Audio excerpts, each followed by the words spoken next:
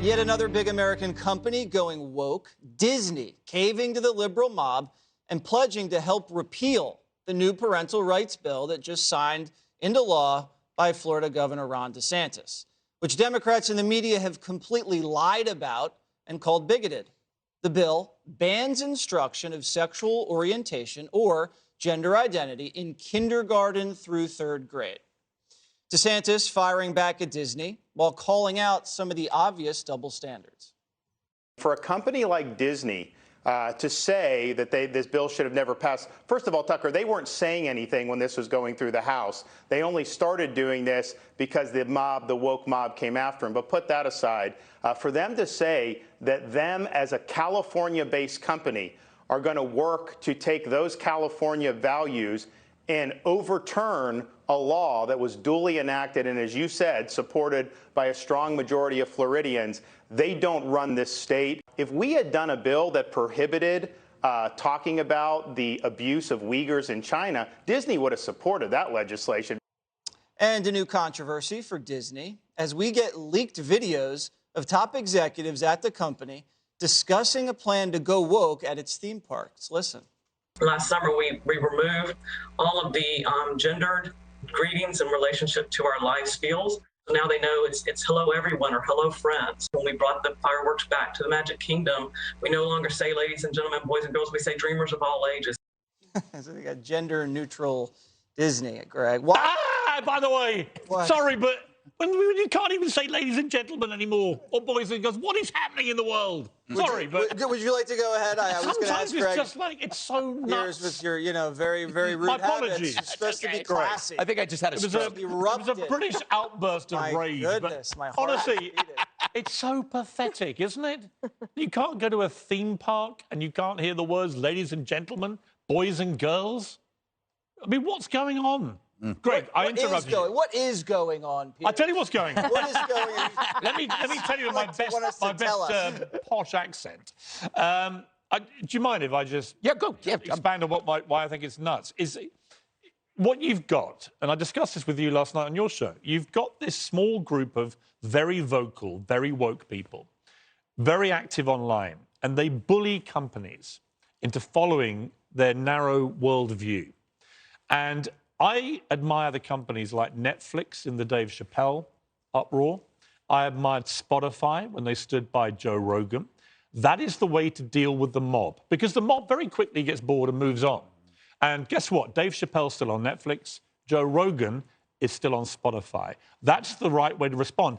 Disney began this with their new CEO saying, we're not going to be political. Great, because, by the way, if you are going to be political, as DeSantis rightly pointed out, then let's hear what you've got to say about the genocide of the Uyghur Muslims in China, which we'll never hear from Disney because they make too much money from the Chinese box office market. So if you're going to be political, be consistent morally and in terms of your apparent outrage.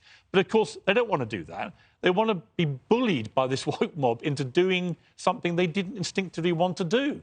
And now they're being sucked in, aren't they, into this woke trap. And if you apologise, by the way, it never stops. The moment you apologise, they keep coming. And it looks like this woke mob, Judge, probably came from Disney itself. You had a lot of really loud employees, probably in their 30s and 20s, just screaming at executives, don't say gay, don't say gay. And then they reacted and overreacted. Okay, two things. The bill doesn't say don't say gay. Right. That's number one. The second point is, since when do California values, since when should they be instilled in Florida? And the third point is, good for DeSantis for saying, you know what, stay in your own lane. I'm the governor of this state, and don't tell me what to do. And I have to tell you, if Disney is so woke, I was talking to some of the producers this morning, and you talk to them? Yeah, I do. I think they're wonderful. They're so smart. Anyway, they were talking, and they have young children. They said there's a movie that Disney did called Turning Red, and that the kids are so mean to each other, and that they call each other losers. And the one producer in particular said, you know, they should explain why they're teaching our kids to be mean and call each other names and like losers while they're trying to make like they're the peacemakers on earth. They're including everyone when they're really not. And so I just think Disney ought to stay in their own lane. Should we get to Greg now? Yes. Why not? I don't think they've gone far enough. I think Tinker Bell should be a dude. A big, strapping dude.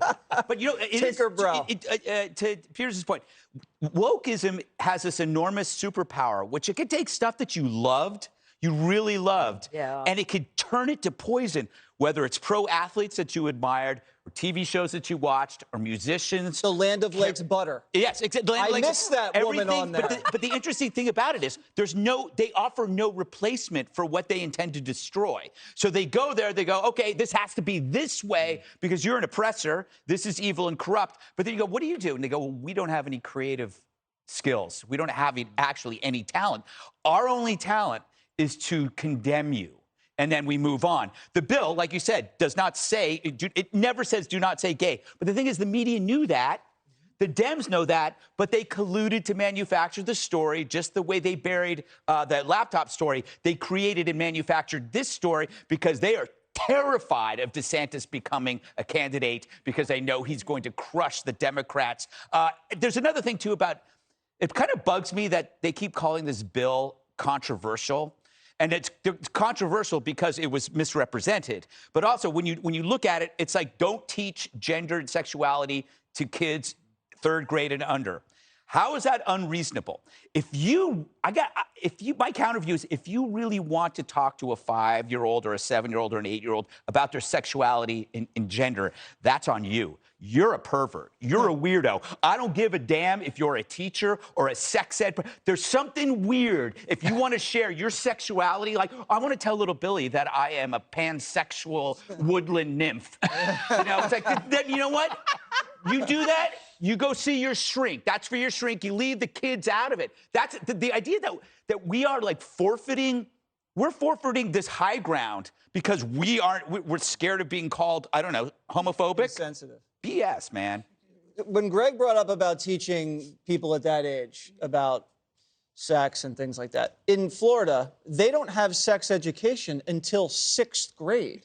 So why would the liberals insist that you would teach a kindergartner, 1st, and 2nd, and 3rd grader about transgenderism when you don't even get to all that stuff anyway until 6th? Not only that, but I think the political part of it. So Mark Caputo reported on this poll that Florida Democrats, primary voters there, they agree with the Republican stance on this. Right, but it's controversial. But yes, it's controversial. And they the left keeps walking the Democratic Party into this cul-de-sac where now they don't know how to get out of it, right? So you'll see this in lots of different things where the Democrats are like, will these corporations bail us out? We have another example right there in Georgia. Remember when the MLB pulled the game and they put it in Denver and they hadn't read the bill and it was unfair. And it turns out that Coca-Cola should never have done that. And even Stacey Abrams was like, oh, actually, no, we didn't mean that. But they keep stepping on a rake and hitting themselves in the face. Worker retention and employee satisfaction is super important. Right now, we have 4 million people resign their jobs in February and move to other jobs. There's a 3.7% unemployment rate. That means that employers are in this position of how do we keep people happy? Well, at Disney, they decided to basically say, okay, this small, loud group, we're going to go with them. There's a small group of conservatives that work at Disney as well. And That's they came what out I a couple think. weeks ago that what said, about all the conservative Disney employees? Yeah. Where are their rights to have their opinion? And the other thing I just want to point out, I thought that Rick Grinnell made a really good point. So he worked for president in the Trump administration and the Bush administration. He said that, it just pointed out that Disney Studios said nothing when Trump had the push to deal with the 60 countries around the world that have being gay as illegal, where you can be put to death. And Disney sells in all of those countries, and they never said a word. The woke employees didn't care about that, but they take this bill, misrepresent it, and then that leads to these consequences. Yeah, is Disney World going to be gender neutral in China? I highly doubt that. I highly doubt it. Hey, Sean Hannity here. Hey, click here to subscribe to Fox News YouTube page and catch our hottest interviews and most compelling analysis. You will not get it anywhere else.